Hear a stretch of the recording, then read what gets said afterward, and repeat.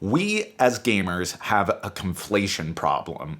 Ease, approachability, and simplicity are not the same thing, and sure, years of gaming has ingrained in us that cute art means simple mechanics means easy to play means low difficulty, and low difficulty means lack of depth. But when held in relief, the contrast between these can be jarring, and jarring can also be intriguing, which brings us to today's cooperative, saccharine sweet dungeon baby, Keep the Heroes Out.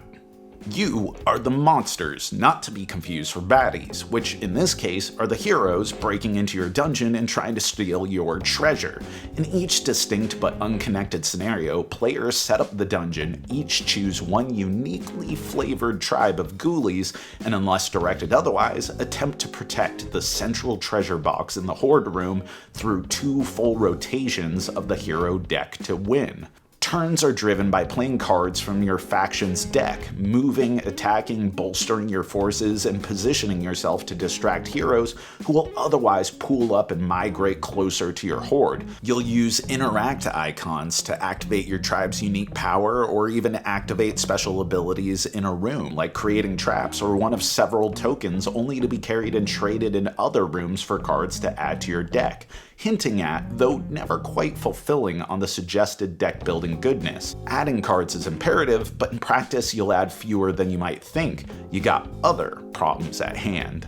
At the end of each turn, warriors, rogues, wizards, archers, and even some scenario-specific enemies spring up like daisies, which is great because the deck that generates them is a clock for survival, but is also bad because enemies are super aggressive.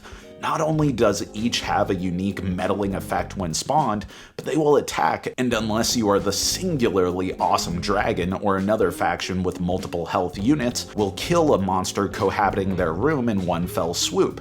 But let's say there's no monster. Well, they'll pool up until there are enough heroes to flip the room's chest, and if there's no chest, heroes en masse charge closer to the horde and repeat this process, except spawned and charging heroes alike reactivate all heroes in their new room, creating a dizzying cascade of problems to clean up. This is where the conflict, but also the character of the game comes in. Keep the Heroes Out is an efficiency puzzle with extremely simplistic actions, but far-reaching consequences for all of your decisions. Heck, even your starting hand each turn of 5 cards has dozens of permutations in their resolution. Never mind the virtually always worth it submechanic to once per turn push your luck by drawing a hero to send it to the dungeon room and drawing 3 more cards, both expanding your options and accelerating the clock, though risking extra activation because if a wizard is revealed, it busts everyone out, really disrupting your turn. To its credit, the game does a good job in cultivating instincts for good and bad actions without betraying a sense of certainty, and with different difficulty levels and over a dozen different scenarios, there's plenty of iterations to the core puzzle to keep you on your toes. In truth, there's a lot that falls flat about Keep the Heroes Out. The simplicity of individual actions leaves little room for meaningful thematic resonance, even if overall there's a surprising and charming individuality in each faction by way of cards, creature count, and strategic concept. And while the room orientation for each scenario creates new pathways, the rooms themselves and the single-use one-effect traps rarely offer the rich tactical intrigue that the significantly more complex enemy activation implies. And that's nothing to say of the art style, which in wooden meeple form is an adorable minimalistic aesthetic on big chunky pieces, exploding with character, whereas the illustrations themselves are just generic fluff. But where it sings confidently, and that's in exploring the synergies and coping mechanisms of the varying tribes.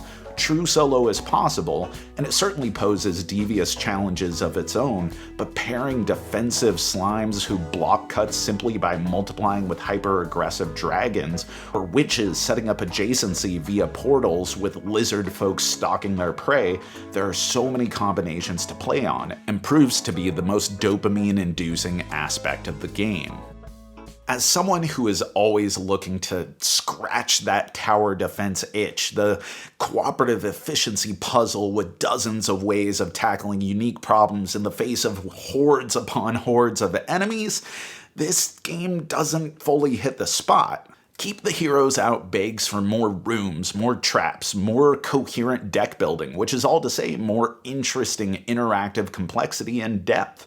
But that's judging the game by what it is not. There is a dearth of cooperative games out there that manage this balance of challenge, intuition, empowerment, and approachability, and in that, it mostly delivers. Keep the Heroes Out is a simple-to-play cooperative game with loads of asymmetric strings to weave, both original and fun. And that's our review. But let me know, have you tried this game? What are your thoughts on it? What are your favorite cooperative games? And what are your favorite implementations of tower defense elements? Put it in the comments below.